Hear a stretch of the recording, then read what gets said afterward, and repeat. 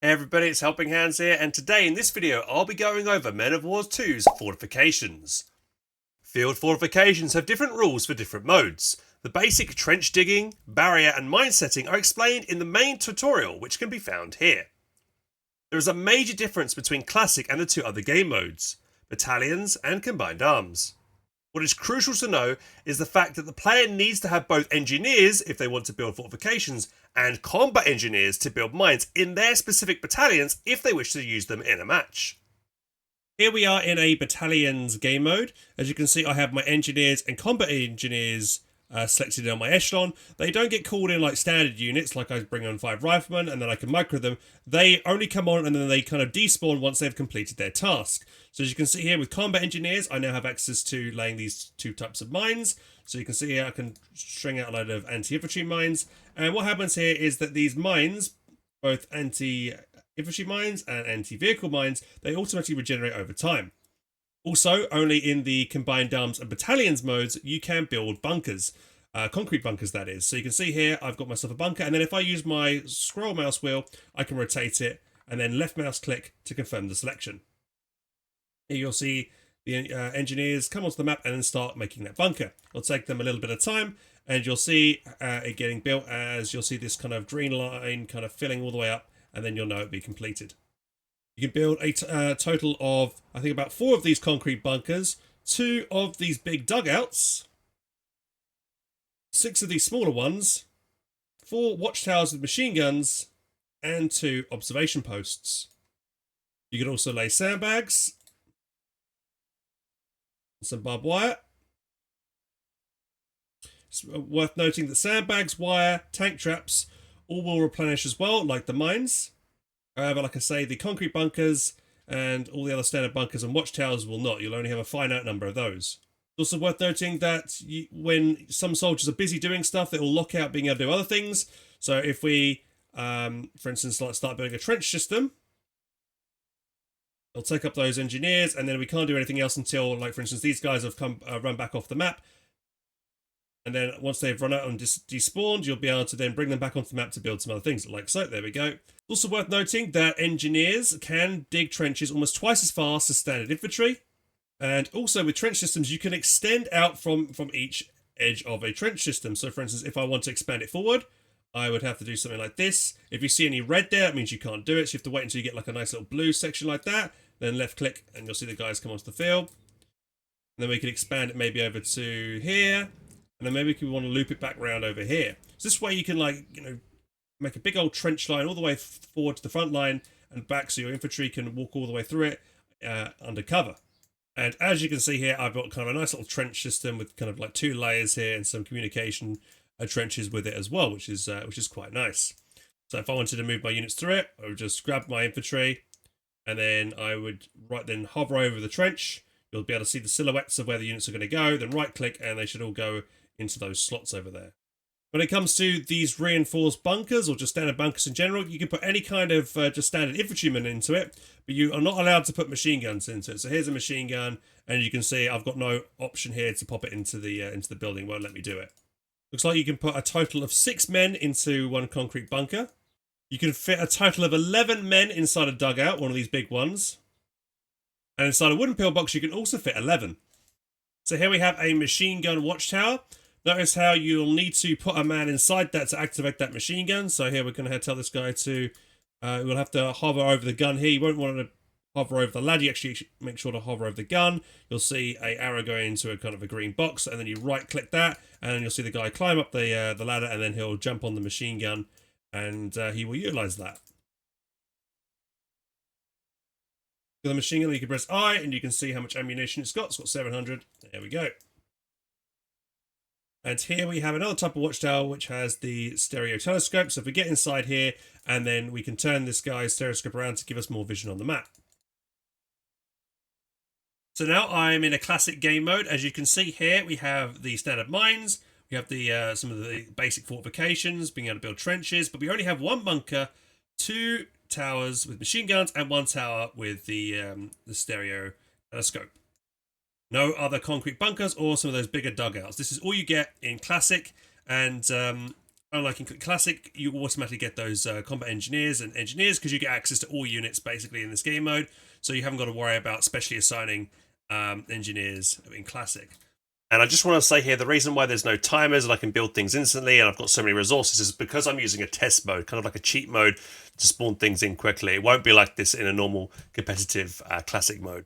One other thing you could do with trenches is if you want to expand out a trench line, or just dig a trench line in general, if you use your mouse wheel and go up or down, you can increase or decrease the amount of dugouts in that specific trench line. Like so. Here we have 4, and if I just scroll down, we can make it just a straight line like that. Straight lines are probably going to be good for just pure communication trenches. Yep, and there we have a nice little single kind of line there, communication trench, with the 2 trenches with their little dugouts separately.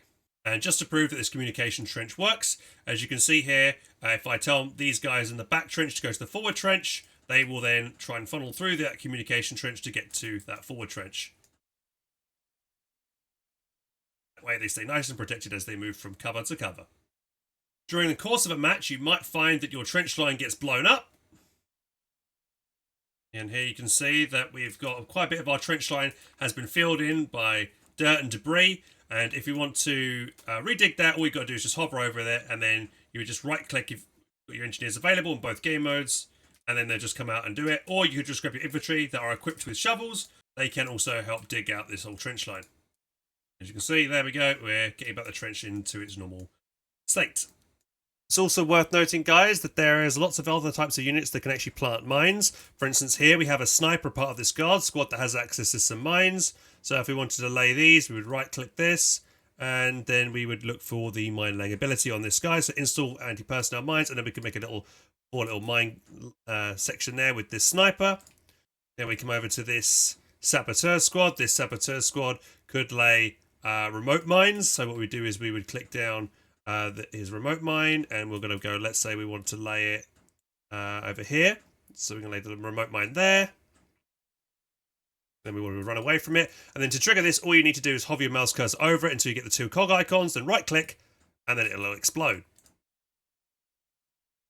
So that was the recon squad. And then over here we have just another kind of elite guards type unit, which we've called on, which is the Diakonovo's Grenadier, Rifle Grenade Launcher Grenadiers. And they also have the ability to lay some remote mines. And I imagine for both like the Americans and the Axis, they also have some kind of these types of abilities as well. Some of this infantry can also like camouflage themselves, which is another thing. So here we have a special saboteur. We're going to click the camouflage position on him, and he just magically makes a bush out of thin air, as you'll see, and that will give him that cover.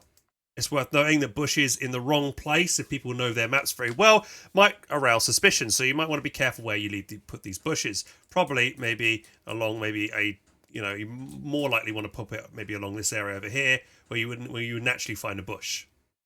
Like so. Furthermore, some infantry like this guard section over here can also build themselves some sandbags, like you would normally do with engineers. So bear that in mind. It's always worth checking the inventory of your squad to see what they might be able to offer you. You'll also be able to tell what the majority of the actions they can do by just looking down at this bottom kind of taskbar all the way down here. Many vehicles and support weapons can use sandbags and camouflage as well. So here we have a Maxim, which is the ability to camouflage, like so. Also here we have a Dishka that can also put some sandbags down. You can see when it's constructing, it has a little symbol here that's slowly filling up with white, and once that's all the way done, you'll notice that the sandbags will be completed. There we go. And then we can also, on top of that, we can then throw camouflage netting on it as well, which will make it harder to spot. There we go. Over here we have an anti-aircraft gun. Again, sandbags going up. And you can be doing the sandbags and the camouflage at the same time, as you can see here, both are being activated. There goes the sandbags. And there goes the camouflage. Over here, we have a artillery piece. So here, with the artillery piece, you actually have the option to dig a trench. Highly recommend doing this, as it makes them less susceptible to incoming fire. There we go, they're in a nice trench. Sandbag them up. Probably don't really need the sandbags when you have the trench. And then also, you can then camouflage once again. It is worth noting, though, now that if I wanted to move for instance, this vehicle away, we're towing it here. So here we've just moved the gun into another position, but unfortunately, as we've already used up our trench and our fortification of the sandbag, we can't do it again. So it's only kind of like a one-time use, unless I was to give this unit a sandbag through maybe a supply truck or supply crate. So we'll just bring a crate onto the map real quick. We'll see if we can bring, if we press I on here, we can see it's a sandbag. We just need to transfer it across in the inventory. So what we do here is I would take one guy off the semi crate, go over here, grab that sandbag, drag it across, and then bring it over to the anti-tank gun, throw the sandbag back over, put those guys back on that gun. Then as you see down here, I can now fortify the position. So again, like the sandbags, here we can see that we are out of shovels. If we were to go to one of these trucks here and throw a spare one of these shovels back onto the gun, they will be able to dig themselves another trench. So here we go. Throw a shovel back onto this this gun crew, this ML20. Then make sure to move this thing away so it's not blocking the central trench. And there we go. We can see down here again, we now have one shovel and to dig ourselves a brand new trench. Over here, we can see this guy has 2 more chances to build a trench because if we check the inventory, you can see there's 2 spare shovels. Not every vehicle in the game will have the option to put sandbags down. Here we have a T60. We check its inventory. It doesn't have any sandbags, even though if we were to give it some sandbags, it would just not give it the option to lay sandbag defense around itself. So there we go. We've thrown some sandbags into the T60. But you can see down the bottom screen here, there's no option to lay sandbags, but we can still camouflage with the tank. So guys, that's the end of the video, and I hope you enjoyed it. And if you did and want more content, check up over here and over here. And if you want to subscribe to the channel, make sure to click the button down here. Catch you in the next video, guys. Take care, and I'll see you soon.